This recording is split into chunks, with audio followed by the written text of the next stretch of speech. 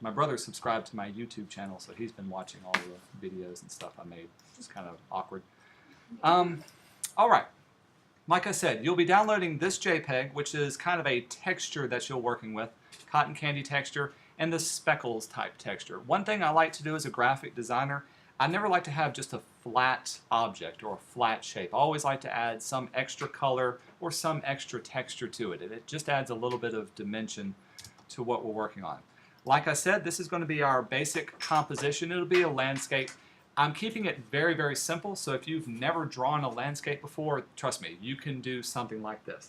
If you have drawn a landscape, if you're artistically inclined, I want to see how well you can create it as well. And I've broken each thing down into what tool you're going to use and what part you're creating with that particular tool. So let's jump in and get started. First thing we're going to do, we'll make a new document. Remember, you can always go to File and New. And in this case, we're going to create letter size. It's going to be landscape orientation. So here's the size. A letter piece of paper is 8.5 by 11. Orientation is this one right here. And we did this one on the brush beard project. Landscape means it's longer than it is tall. So we want the far right one selected. So it'd be 11 inches wide. And it'll give us a document that looks like this. So the first thing we're going to do is create our sky from a rectangle. I'll open up all of our tools that we're working with. There's our rectangle. You can see that I'm going to set my fill color to a light blue to a medium blue, and it'll be 90 degrees. So one thing I need to have open is my gradient box. This is what I'll set it. And I've got my swatches. Let's open up my swatches so I can quickly select these. As far as size, how do I get a specific size? Click once. So 7 by 3. Uh-oh. Ha ha ha. Rectangle. Oh, yeah, you're right. 7 inches by 3 inches. This is just going to be the sky. Of course, I don't want my stroke to have anything, but I do want my fill color to have a gradient. Remember, when setting a gradient, this is a solid color, we want to click on that middle portion, and that'll activate the two color gradients that we're working with. We're going to go from a light blue to a medium blue. In my gradient palette, if you've forgotten, you can double click on the swatch. Do make sure you have your object selected. We'll choose, let's do a lighter blue. If I wanted to make that even lighter, I've chosen this swatch. I can click on the color, and I can bring these down, make them a little bit lighter as well. Let's see, pull it that way, even get lighter that way. If I wanted this one to be a medium blue, double click on the black, I can choose my swatch. It could be an even darker blue. Well, let's get even lighter.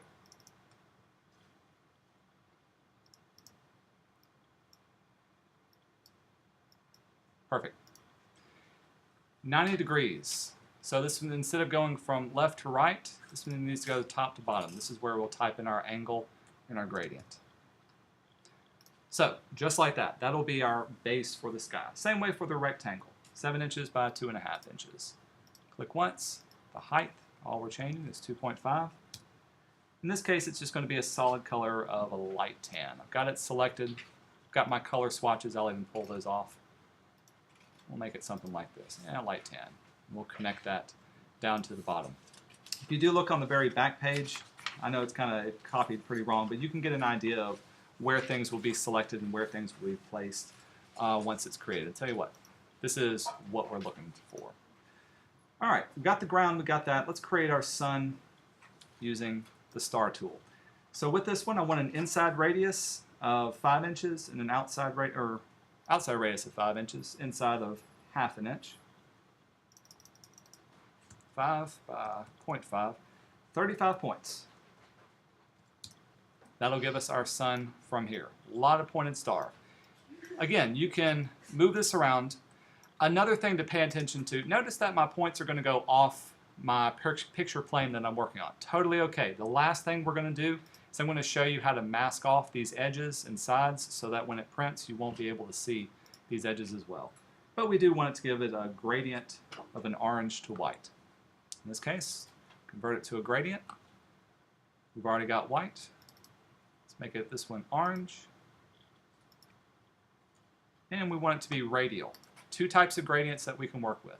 A linear goes from side to side, or radial goes from the center point outward. Also notice you can change up the starting and stopping point of these. You don't have to have it be so white towards the middle. All I'm doing is changing the starting and stopping point of where my orange is, and I can pull it in to be a lot tighter. So when I let go, that's where it's going to be as well. Of course, we want this to be behind our horizon. How do I change the stacking order, the arrangement of it? Where do I find that? Bingo. Under the object, the arrangement is what it's looking for. Also, your command open and close brackets are what we're looking for. So if I was to send it backwards just once, that'll put it, of course, behind the area that I'm working with. Let's see. Next thing I want to do, I've got my full converted. Oh, looks like I want to put a little perfect circle in the center of it. Let's grab my circle. If I hold down my shift key, I do get a perfect circle. If I hold down my space bar, I can move things around. So that's kind of your reminder for that. So let's put a perfect circle. In this case, it's going to go from white to yellow. All I'm going to do is change up that to yellow, and I can send that back. Command -sign. That'll be in front of that. Working together within those as well. Let's create clouds. So with this one, we're going to be using our pencil tool. All of the clouds are going to have a linear gradient from light blue to white. Now if I double click on my pencil options, I do want it to fill in my strokes that I created. So make sure that the fill new pencil strokes is selected. If I wanted to keep them selected or keep editing them, I can check off these as well. We'll say OK. Let's change our stroke to a light blue. So now if I was to create a cloud, we'll make them puffy clouds. So there's one cloud, and it does have a radial gradient. Let's change that up to a linear one. 90 degrees. There's one cloud. Remember, you can change this around. If I wanted it to be wider, I can change the starting and stopping point, or how much gradation it has. What I like to do is, instead of making a large variety of clouds, I can make just 2 or 3 different ones. So let's make a real simple one, and let's make kind of an elongated one. 3 different, that didn't look good. Pointed cloud. A little bit better. I've got 3 different clouds that I can work with. Here's how to get a good variety within your clouds. First of all, you can overlay them, so lapping one on top of the other will give you a good sense of depth. Also, change the size of it, and from here, I can just make copies of the ones I'm working with and start distorting those. So rather than having to draw off 100 different clouds, I can work within these and reuse these. Another thing to keep in mind, if you've ever studied perspective, what is perspective? For my art majors, non-art majors. What does perspective allow you to do? How you view it, like distance. Yeah, it gives you an illusion of depth, an illusion of distance. So if I wanted clouds that are farther away from me, in general, those clouds tend to get a little bit smaller and a little bit closer to the horizon lines. If they're closer to me, they're going to be larger, and they're going to be a little bit higher up, in general. For clouds, this tends to work out really, really well. So I'm just going to make a good variety of them, changing up the size, changing up their placement, changing up how they are. Here's another thing you can do. Play around with the placement of each of the clouds. In this case, they're on top of the little rays. If I was to send them backwards, hitting my command and bracket keys, put some behind the rays that you're working with until it reaches that way as well. Pretty cool? Okay, real simple stuff. Making different clouds, placing them on there, placing a gradient within inside of this one. Let's place the first texture and show you what we're working with. So, let me talk to you about the transparency of an object. If I was to make a simple square, let's make it one solid color to work with. I'll make a green square on top of what I'm seeing. By default, your transparency is 100% opaque. I can see straight through what I'm working on. There's a window or a palette you can open that'll control how transparent or how opaque an object is. Under the transparency palette, and again, if you don't see it, you can go to Window and down to Transparency. I do have it open, so I'm going to drag it off of here. With the object selected, you can see I get a little preview of what it looks like. I can change the opacity of it. So instead of it being 100% green, I can change it to 50%, and then I can see through it a little bit more. With this, I can also stack up multiple objects. So if I copied this one as well, you've got two 50% green objects on top of each other. With it selected, I can make it less opaque or even more opaque depending on what I need. The second thing you can do is to change up its blending mode. Now we talked about this in Photoshop. What does blending mode do to a layer in Photoshop?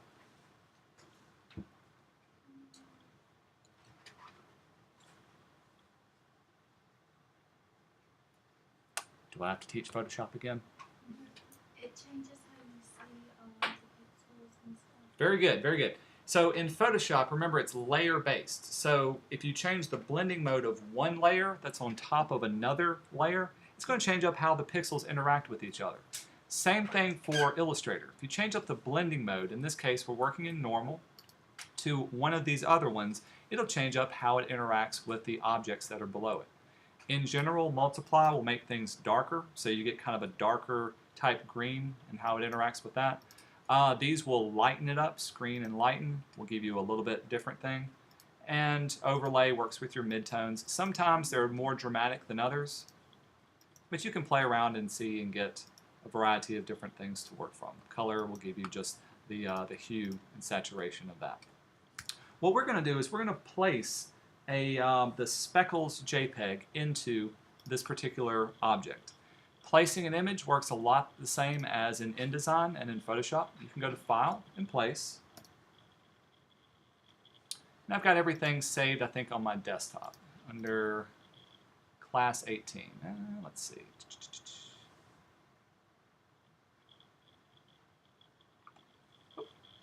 There it is, Class 18. There's my speckles JPEG. That's the one that I want. So I've got this one placed in here. I'm going to add texture, in this case, to the sky, and I'm going to do it by changing up the opacity and the blending mode that I'm working on. This will work just like any regular object. I can change the size of it by clicking on the outer bounding box. So I'm going to get it to fill up that sky area. And once I change the transparency mode to screen, let's see what it looks like.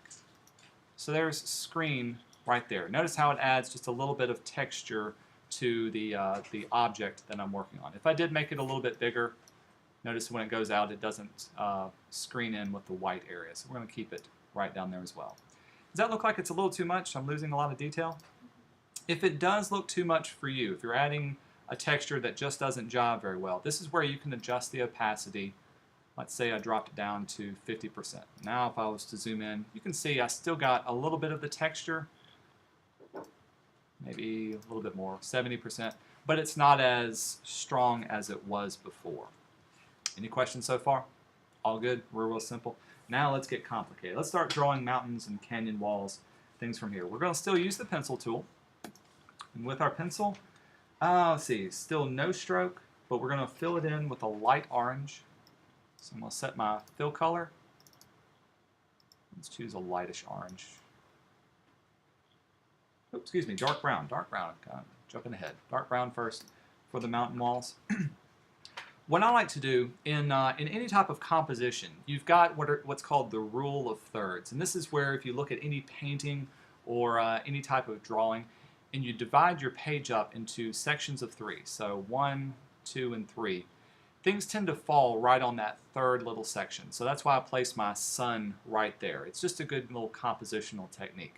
If I was to draw the mountains, what I want to do is I'll start and just kind of make some up and down hills. I'm going to get mine to go a little bit lower right there, and then I'll maybe pick back up right here. And we'll come down. We'll do the same thing for this lower area. Come back up to start. So what I'm really looking for is this top little mountain range. Gets a little lower, gets a little higher on this particular end. Have it dip where the sun rises is what I'm saying. Let's work on the canyon walls. This will be the lower area that we're working on. In this case, set it to light orange. That looks pretty good. First thing we're going to do is to do the top level of what we're working on. Just like I did with the mountain range, I'll draw in towards this area, and I'm going to go in and out, kind of like a snake fashion. In and out, in and out, in and out, right there. Back up to the top. Again, don't worry what's off to this side. We'll get rid of that. Let's do the same thing on this side. Go in and out, in and out, in and out. And then back around to there. So far, have I done anything that you can't draw yourself? Anybody can draw this. Very, very simple. Here's how we're going to create the canyon walls on the inside. Still going to keep our pencil. Choose a little bit lighter brown. Not as dark as this, a little bit darker than that. That'll work well for here. Every place that I moved my top level in, I'm going to draw down and then back around. It'll create that kind of object, and then I'm going to go to Arrange and send it backwards till it's underneath the top level. I'll do this several different times, so we'll send it backwards right there. I'm hitting Command and open bracket. Same thing for this one. Go down, pull back around to this top portion. Then we need to send it underneath our top level. Command, open bracket. Down, around, back in that way. Close bracket from there. See how it's kind of creating that illusion of depth as it's going over there? Pretty cool. Let's do the same thing for the other side. Of course, it's going to reach that area, go down and around, send it backwards.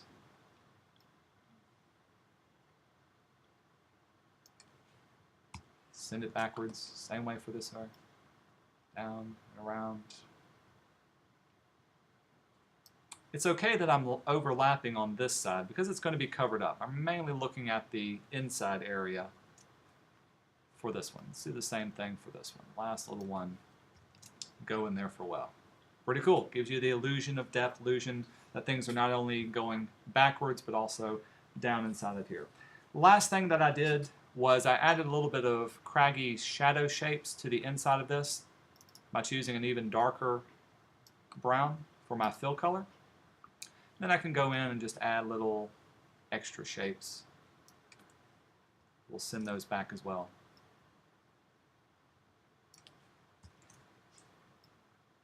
Y'all go away, I'm having fun.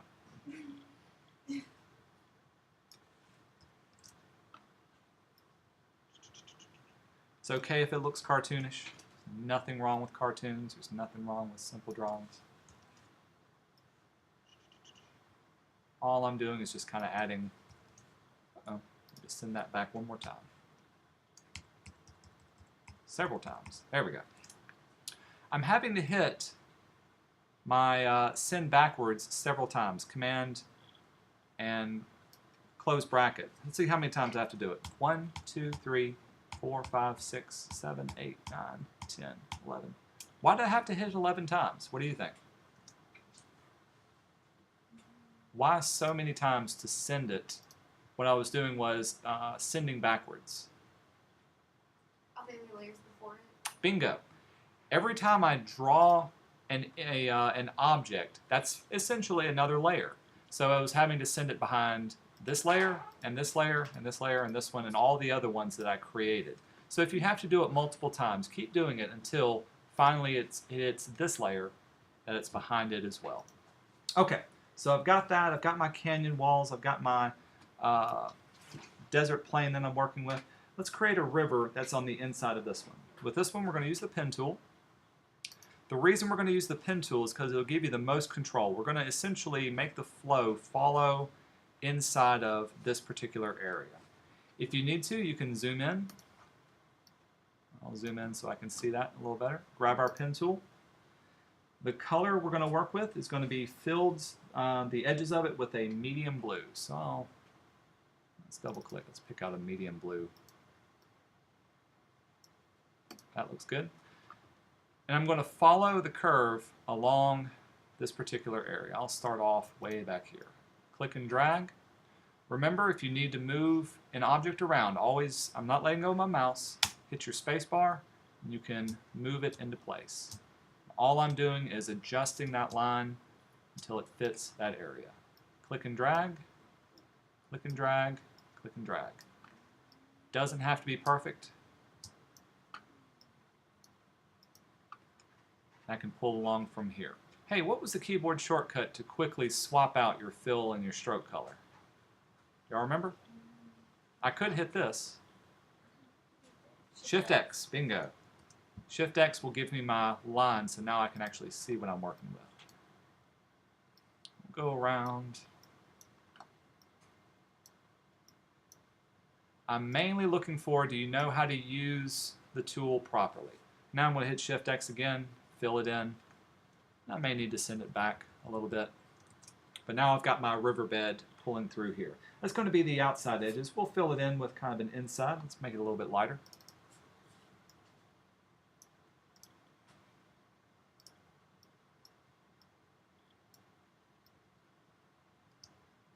Hit my space bar, reconnect that one. Shift X, go to line mode.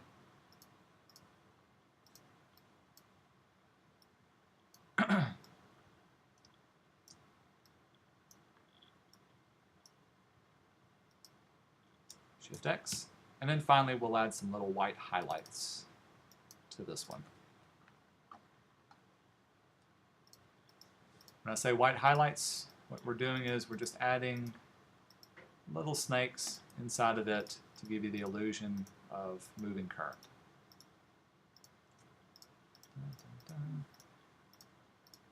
You can see how fast I'm going with this. It's just adding little dots to that. Happy.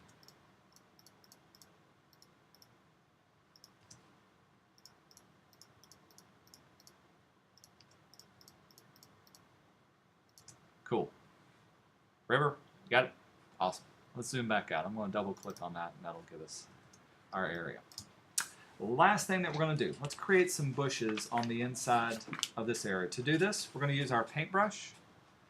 What was the difference between the paintbrush and the pencil tool? What does the paintbrush allow you to do? Textures. Textures. You can paint not just solid lines, but textured lines, things that look like charcoal or look like a variety of different things. So let's set our fill color to be kind of a turquoise type green, a little bit closer to the blue side, and we'll make our stroke the same bluish green as well. Double click on the stroke, within the same family, a little bit more blue. There's that one.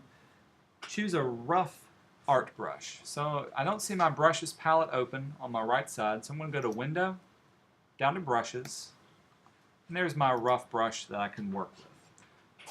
All I'm going to do to create these is click and drag. Now when I click and drag, it didn't fill it in. Why didn't it fill in my object? What am I missing? Fill color. Under the options, there's my fill new brush strokes. That's why we checked that one off. Let's try that again. Now I'll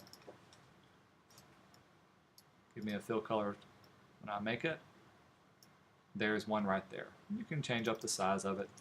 So there's one happy bush right there. Let's put another. There's a happy bush. Let's put another living there in the back.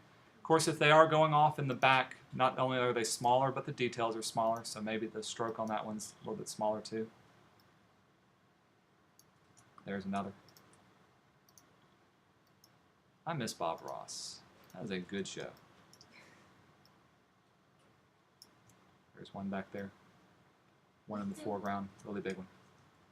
You can play around your composition. Make it the desert landscape that you wanted to work with.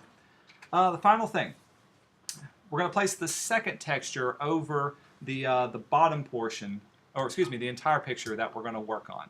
With this one, we're going to place the candy, cotton candy one. So File and Place, cotton candy. Whoops, I don't want to export it. I'm sorry. File and Place is what we want. Cotton candy. Place it inside of here, so this is what it looks like. Looks kind of gross by itself, but let's see what we can do once we add it to our picture. Rescale it to fill up the entire area. In this case, we're going to change our Transparencies blending mode to Overlay. Now check out the difference of our texture on our sanded area. Instead of it being a solid color, now it's got texture, it's got something that's tying everything together. It's even changing up some of the darker colors, making them a little bit lighter, changing up the greens to make them a little bit red by itself. final thing we're going to do before you print it is we need to clean up the edges of this particular area. The simplest thing you can do, make yourself a white rectangle and put a rectangle around the edges of your page. Remember, nothing outside of the artboard that's in the gray area is going to print anywhere. It's basically this inside edge that I'm working with. So if I use my rectangle tool, we'll give it a white fill color. All I'm going to do is click and drag until it goes over the top and bottom edges and the side edges as well that I'm working with.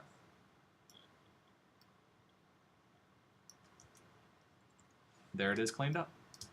What would you add to it if you had to do your own composition?